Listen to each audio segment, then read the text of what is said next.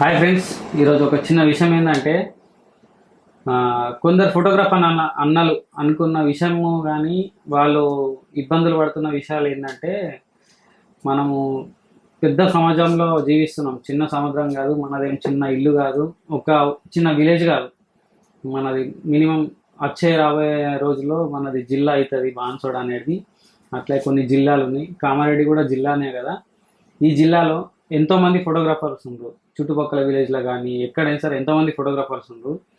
వాళ్ళ దాంట్లో ఏమవుతుందంటే కొందరు కమ్యూనికేషన్ మిస్ అయ్యి నీ క్లయింట్ నిన్ను రీల్ చూడంగానే ఇది చేసేస్తాడు, నీ క్లయింట్ నిన్ను రీల్ చూస్తే గుర్తుపట్టేస్తుండు, నిన్ను ఎట్లా తీసుకోవాలా వీడియోకి, నిన్ను ఎట్లా మనం విజిట్ చెప్పుకోవాలి, లేదంటే నిన్ను ఎట్లా షూట్లు చేయించుకోవాలి, మిగతా దాంట్లో నువ్వు అన్నిట్లా వీడియోలలో వచ్చేస్తున్నావు, నీ క్లయింట్ నన్ను గుర్తుపట్టేస్తాడు అని అంటే, బ్రో అట్లా ఏమి ఉండదు.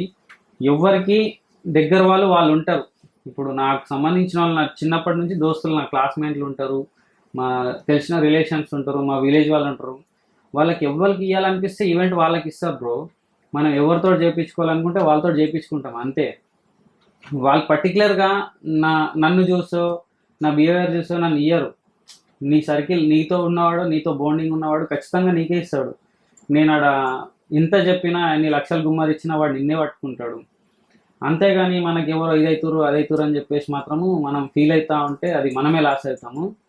అట్లాగే ఇంకోటి, మన కామారెడ్డిలో నేత్రప్రసాద్ అన్న అని ఉంటాడు, ఇంకా అట్లనే శ్రీ అన్న, ఇంకా చాలామంది సతీష్ అన్న, వీళ్ళంతా ఒక కమాండ్లో ఉంటారు. ఉమాశేఖర్ అన్న అని ఒక్కటే విలేజ్లో ఒక 10-11 మంది ఫోటోగ్రాఫర్లు ఉంటారు.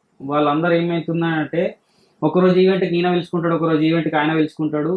వాళ్ళు ఎప్పుడు కూడా అట్లా ఇబ్బంది పడరు. మరి ప్రసాద్ అన్న అనేటువంటి ఆయన అయితే మన జిల్లాలో ఒక 4 జిల్లాలు 5 జిల్లాలోనే మన చుట్టుపక్కల అందరినీ పిలుస్తాడు. సిద్దిపేట, నిజామాబాద్, కామారెడ్డి, సిరిసిల్ల, కరీంనగర్, అందరినీ పిలుస్తాడు. అందరితో ఈవెంట్లే ఇస్తాడు అన్న క్లయింట్. మరి అట్లాగే అందరు క్లయింట్లు ఆయన నుంచి దూరం అయిపోవాలి, కానీ రోజు రోజుకి క్లయింట్లు పెరుగుతూ ఉన్నారు. అట్లా ఎప్పుడు పెట్టుకోవద్దు. అన్నలాంటి వాళ్ళను చాలామంది ఇన్స్పిరేషన్ తీసుకొని మనమంటూ ఏంది, మన టాలెంట్ ఏందని నిరూపించుకోవడానికి ఒక వే ఎక్కాలి అంతే.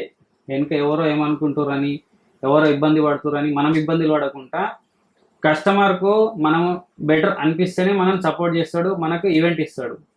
ఆయనకు నచ్చినంత వరకు, నచ్చిన కొన్ని విషయాలలో, డబ్బుల విషయాలను, ఇంకేదో పక్కన వాళ్ళు చెప్పిన విషయాలను ఆయన నచ్చకపోతే ఇంకో క్లయింట్ తీసేసుకుంటాడు, ఇంకెవరికే ఇచ్చేసుకొని ఈరోజు రాదేమో, రేపు రాదేమో, ఇంకా కొన్ని రోజుల తర్వాత అదే వస్తుంది.